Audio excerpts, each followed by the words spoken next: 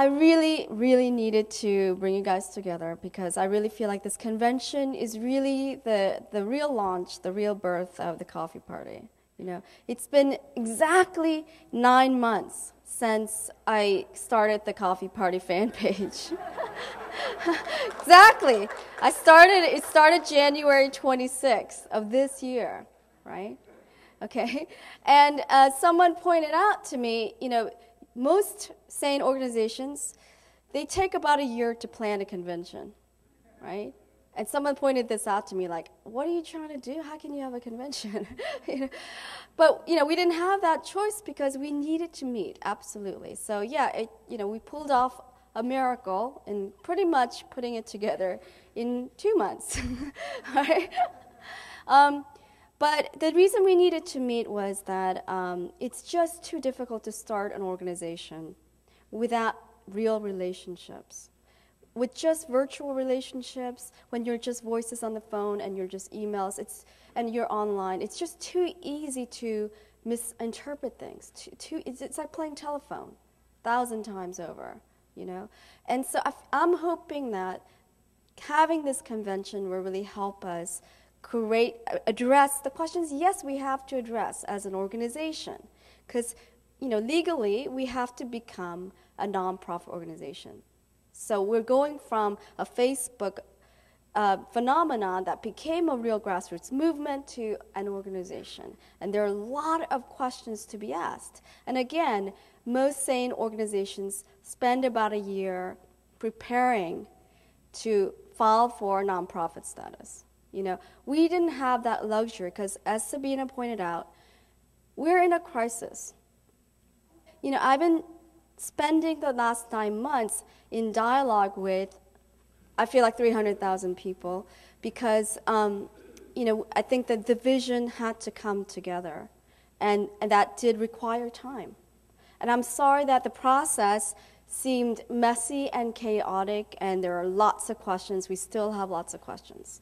But if we can create a culture right now, today, starting this weekend, you know, where we agree, this is hard. This is hard. Creating change is hard. It's going to require patience. The process of getting to the process that we really want in the end is going to take time, and it's going to feel messy. But we have to start out with a certain amount of patience and trust that no one here is really trying to pull a fast one. No one here has a hidden agenda. It's just that this is difficult, right? And so all the concerns and questions and worries that you have, they're all legitimate, but it just is going to take time. It requires communication and dialogue, and acknowledge from the beginning that this is just hard for people who don't know each other, who've never met before, never worked together before, to start an organization. But you're all, right now, all of you here are part of that organization, and everything that you think and feel, it matters to the future of the coffee party to really make us permanent. There's been complaints about whether or not, you know, Annabel is a dictator and she really wants to have control. Okay. I hope you can sense I have no desire to be a dictator or to do most of the work. It's just that there were too many disagreements and conflicts along the way, you know, and a lot of people who came in for reasons that in the end wasn't what we really wanted. I mean, a lot of people came in thinking they're going to fight the Tea Party, you know, and this comes up over and over again. What is our relationship to the Tea Party? And I just want to clarify 2 questions that keep coming up over and over again right now, okay? For the record, this is my vision, my perspective, okay? And going forward, you can revise that as a group. But I just need to tell you what my vision is. We are an alternative to the Tea Party in their tactics, in their engagement, how they engage in the process. Not necessarily what they're trying to ultimately achieve, because some of it there is overlap, because they also don't feel represented by our government, right? They do feel the need to restore the balance of power so that our government reflects ordinary people, right? So there is overlap. But the way we have seen them engage, I don't think is responsible. And I just want to make that clear. And I don't mean every single Tea Party person, but overall, what we've seen, I don't think has been responsible. And I think there is a responsible way. Okay? And this addresses the slogan question. How do we make the elevators pitch? And I mentioned this the other day. And this is going to become part of our website that's going to relaunch in about 2 weeks. It's going to be beautiful. Vision Strategy donated their time to create this beautiful website that I can't wait for you to see that will help you organize at the local level. And the local organizing tool is going to be called iced coffee, okay? And iced actually stands for something, okay? And I want you to try to remember this while you're on the website. I stands for information sharing, okay? C stands for community building. E stands for engaging in. D stands for democratic process, okay? So I think that's going to be easy for you to remember. Okay, so you come across problems in your community. Okay, well, we can use these principles. It needs to be iced: information, community building, engaging in democratic process. It's a formula that can help us go forward, and that addresses the perennial questions that plague the coffee party for some reason that kind of is mystifying to me, which is it just about dialogue? That coffee party, is it just about dialogue? For me, it was never intended as just for dialogue.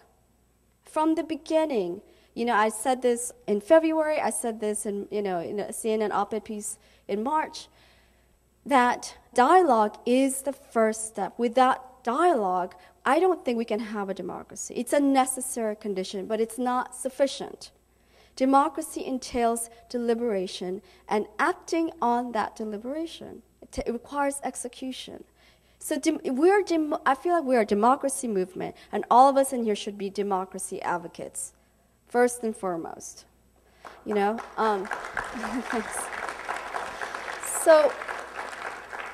So I think and dialogue right now is imperative. And so creating conditions for dialogue is a kind of action right now, but it's not sufficient. We have problems that we have to address. We have to increase participation. We have to get rid of the role of money in our government. These are things that are imperative, and it goes to, again, the question about, are we just so focused on process that we can't address issues? Okay? You can apply the coffee party methodology to any question, any issue. Okay? We need to infuse every discussion with information. We need to come together as a community. And then also, the important thing right now is that the process is the biggest issue. This is why fair elections was such a big part of this convention. Okay, that's process, but it's a big issue. Okay, so I'm imploring with you to help us get this done. Any interest in this? Yeah, okay, great. All right, okay, so that's what I wanted to say. And again, thank everybody. I wanted to thank Chris and Dan for live streaming for us the whole weekend. They worked hard. And Susie, I want to recognize Susie. She's been the wedding planner for the weekend and helped us really go through all the details and help the team. So thank you so much. And thank you, all of you, for coming all this way. Someone told me there were like 40 states represented this weekend. So thank you so much. And I'll see you next year for sure, right? Next year. Okay. Thank you. Thank you. Oh, and thank you, Eric. Sorry, I keep forgetting the man behind the camera. Thanks, Eric. Okay. Huh? Oh, screening, yeah. Eric and I have a film that's premiering on MTV. We're having a watch party here at 8. Is it this room? No, it's the Willis room. In the Willis room, we're having a watch party. We're doing a live stream Q&A, and that's going to 100 million homes, basically the coffee party message. 7:30, we're going to do a little pregame Yeah, and then, yeah, we're also, there's pizza coming in 1546. So if you guys want pizza, go to Suite 1546, elevator, 15th floor. Film guys love pizza. Yeah.